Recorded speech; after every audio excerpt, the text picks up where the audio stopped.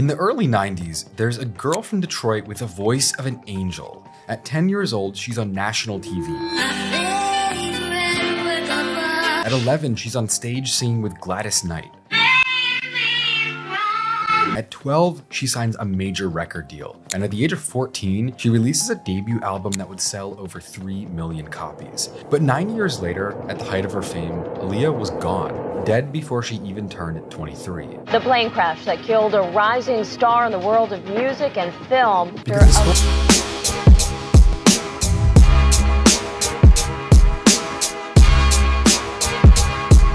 I remember exactly where I was the day Aaliyah died. I remember exactly where I was, and the world stood still that day. Let's get down to the smoke. Because the story of Aaliyah isn't just the tragic story of a promising young singer who was killed in an accident. It's the story of an industry built on greed. An industry that decided a child was more valuable as a product than as a person, from the very moment that she started singing until the day she died. The plane crash that killed a rising star in the world of music and film. Reaction today after Aaliyah and 8 others were killed when their plane went down. Good evening, I'm Lauren Glassbergen for Sandra Bookman. And I'm Tim Fleischer. The plane, just after taking off for Florida in perfect weather, suddenly plummeted to the ground. Investigators now saying one of the engines apparently failed. Along with 8 passengers, Aaliyah, a young Brooklyn native and a talented singer and actress. By the time she was in her early teens, Aaliyah was already honing her craft as a future R&B star and recording her debut album. Released in 1994, Age Ain't Nothing But a Number was greeted by the listening public with a great deal of warmth, and the album soon went platinum. Aaliyah was just 15 at the time of its release, and its title is seemingly a reference to the level of talent she was able to demonstrate while still legally a minor. Today, though, the name comes across as particularly creepy, especially when taken in light of the superstar producer who was responsible for a great deal of the music on it, R. Kelly. Kelly took a major role in crafting the sound of her debut album, but rumors later emerged that the R&B star had started a sexual relationship with Aaliyah, and the pair had illegally married. Things came to a head when Vibe published a bombshell article featuring their marriage certificate. On it, Aaliyah had seemingly lied about her age, claiming she was 18, while Kelly was 27 years old at the time. Robert's doing his thing, I'm doing my thing. He's a great producer, great artist, who I do admire. As rumors about R. Kelly and Aaliyah swirled, her team sought to minimize the damage the scandal might do to her career. Speaking to Vibe, former Jive A&R Jeff Sledge said the atmosphere at the label became tense after the revelations. He said, "It was a horrible scandal, a horrible situation for everybody involved, so we tried to keep the focus on the music and the videos. But once Vibe did that article, it definitely put a whole different energy around the project and about her and Kelly." The marriage was reportedly annulled shortly after. Aaliyah's work relationship with Kelly was also severed, and record executive Damon Dash later claimed that Aaliyah wanted the singer to be kept away from her in the months following the scandal. Aaliyah refused to discuss the nature of her relationship with Kelly for the rest of her life, making the subject a no-go area for journalists. Kelly was similarly tight-lipped. At Kelly's 2021 trial, his former tour manager, Demetrius Smith, claimed that in 1994, Aaliyah believed she was pregnant. It has been suggested that the marriage was concocted so that she could get an abortion with the approval of a spouse rather than her parents. Kelly is now behind bars after being found guilty of multiple sex crimes. Was it? And yeah, I'm so happy for you. Congratulations. Thank you so much. Is it true that when you record your records, you make them turn off all the lights in the studio?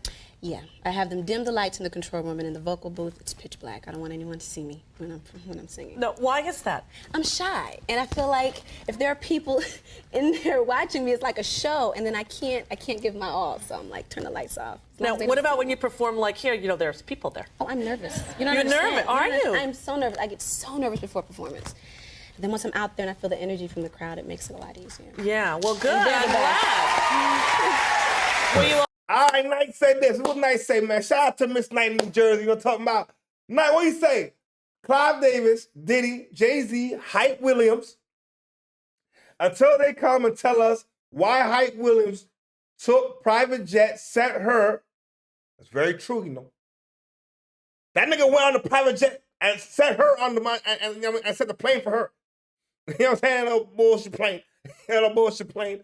All right? And had her drugged and put on the plane that crashed. There's an eyewitness, a little boy, saw them give her a pill that knocked her the fuck out, man. Saw her and she was woozy. She was not coherent when she went on that plane. There's eyewitness accounts of that shit. On August 21st, 2001, she hosted a giveaway with BET where they gave away $20,000 and a Cadillac to a fan. And then the next day, she flew out to Miami to film the music video for Rock the Boat, which is quickly becoming one of the most popular songs from the new album.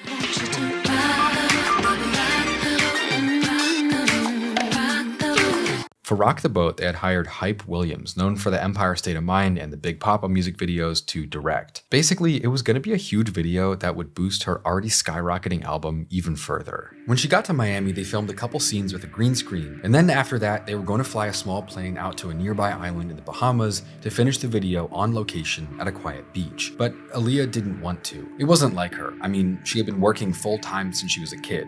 Saying no to an opportunity or an obligation wasn't her personality, but she was tired, she wanted to go home. For the first time in her career, she was just kind of tapped out. Plus, she wanted to go be with Dame Dash and have a quick break after she had already been outside promoting her new album for far too long already. Her boyfriend would beg her not to go to the Bahamas. She hated flying, especially on small planes, and they just wanted to hang out together, and he knew she was stressed. Dame couldn't accompany her. He had to go get his son from New York for a school event. Her mom was busy undergoing a medical procedure.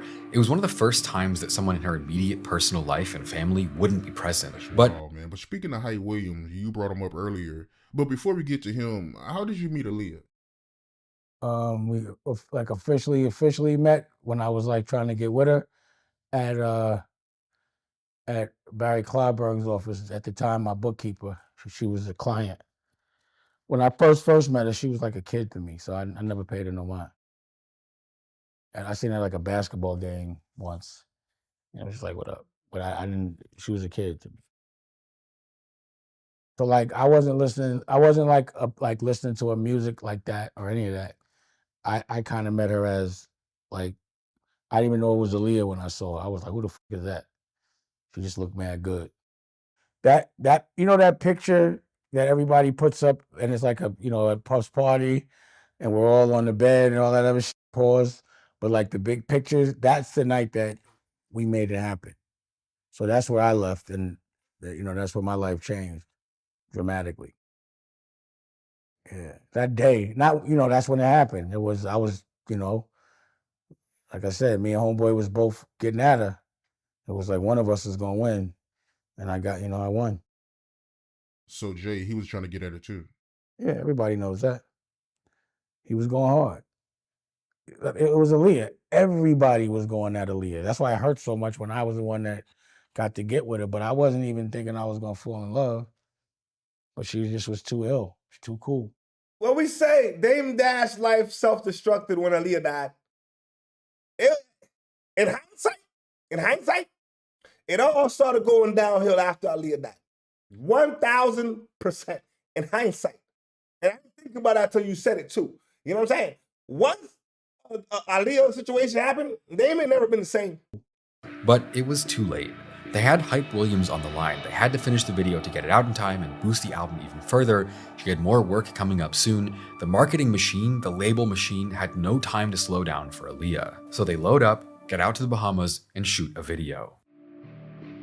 The video production went pretty much all out. Hype Williams gets them on a big-ass boat to dance on. They've got Aaliyah underwater like a mermaid. It's a pretty cool video, even if the special effects don't really hold up 20 years later. But basically, shooting took a couple of days. They had to load up lights, sound equipment, cameras, all this huge stuff that came with a big production budget, and they had to get it all to the island. Switching from being in the water to being on the beach, on the big boat, it was a big, laborious process and a pretty expensive, heavy one too. A teenager who was working at the hotel the crew was staying at during shooting would say that at one point he asked Aaliyah how he could become famous like her someday, only for her to tiredly answer, indicating how burned out she was, "Don't become a singer or a rapper. Write a book instead." When she actually was saw the plane, she, we had the Blackberries, and she said, "I don't like this plane." And I was like, "Well, don't get on it." She got on the plane, and she always had a very serious fear of planes in general. So she had to overcome a fear to get on that plane on the way there. And when they finally finished the video, all Aaliyah could focus on was leaving the island as soon as she possibly could. And it's long been discussed and argued about exactly why she wanted to go home so badly. Some people think it's because the hotel had no hot water and she wanted to go home. Some people say it's because she was burned out. Some people say it's because she wanted to see her boyfriend. Maybe it was all of that. We'll never know. There's a term in aviation called get-home-itis, and it describes the way that a pilot's strong desire to get back home can start to override their decision-making skills, attention to detail. It can make them take unnecessary risks during complicated moments, and that's exactly what starts to happen after the shoot wraps. After they finished in the middle of the last day, most of the video crew wanted to stay and enjoy the island until their hotel checkout the next morning. But Aaliyah, her bodyguard, a couple of assistants, and the makeup team all wanted to go back, so they start looking for a plane to charter. But the Cessna 404 they had come on wasn't available. All they could get at that exact moment was a different company that only had a much smaller Cessna 402. And so at the same time as she desperately wants to get home, Aaliyah also doesn't want to board the unsafe looking plane anymore either, and chaos unfolds. The pilot advises that they can't all go on his plane. He tells them that they're going to be overweight, the bags are too big, there's too much film equipment, and Aaliyah gets cold feet. She doesn't want to get on this tiny plane. She eventually walks away and waits in a taxi while her team handles the situation with the pilot and the charter company, who seemingly can't get another plane over that day. At one point, Aaliyah starts complaining of a headache, someone passes her a pill, which leaves her napping, while they argue with the pilot for hours over the safety of how much lighting and sound equipment they were trying to bring back with them. Eventually, the pilot agrees to take them to Miami after they essentially force him to. Meanwhile, Aaliyah is loaded onto the plane while still napping. The teenage hotel worker would later say, "They just started loading all of this stuff onto the plane. Aaliyah didn't even know she was getting boarded and went on the plane asleep." But after they finally got started, within 1 minute of the plane taking off, reaching a height of no more than 200 feet, it nosedived and crashed into a bush, with gasoline spilling everywhere and a fire disintegrating the entire scene. The plane crash that killed a rising star in the world of music and film. Reaction today after Aaliyah and 8 others were killed when their plane went down. The investigation yielded a long list of disturbing, tragic details. The plane ended up being at least 900 pounds overweight, an insane amount for a plane with an empty weight of less than 4,000 pounds itself. A total of 9 people were killed. The pilot, Aaliyah's 2 stylists, her security guard, a manager from the label, a makeup artist, and 2 employees from Virgin Records. After his autopsy, the pilot was found to have alcohol and cocaine in his system, and looking even closer, they found that he wasn't actually approved to fly the plane at all, and that he had obtained his FAA license fraudulently, having lied about hundreds of hours of training that never happened. And just a couple weeks before the accident, he had been arrested and charged with possession of crack cocaine in Miami. You could write an entire book on the long list of incompetency and betrayals and corner cutting that allowed this crash to happen. But no matter what the root cause was, who was to blame, the end result was a terrible tragedy. A few of the crash victims survived for a short time, but none of them made it to the hospital alive. Not even Aaliyah, who was found ejected from the plane and still strapped into her seat when she died. The reason for the crash was undoubtedly the fact that the plane was overweight. Basically, Aaliyah didn't want to go do the video on the island, then on the island the hotel didn't have hot water, then the video shoot was exhausting and took a long time, and when she was finally done, she just wanted to go home. And that's what it all really comes back to. The people around Aaliyah failing to do right by her, pushing and pushing till they couldn't push any further. Aaliyah. Man, if it's ever a name that ring bell heavy in R&B, is Aaliyah, man. You know what I'm saying? Aaliyah was the shit. I remember, I can't even lie. And me as a player, I'll be in my car bumping Aaliyah. I don't give a fuck. I'll be in my car bumping Aaliyah. You know what I'm saying?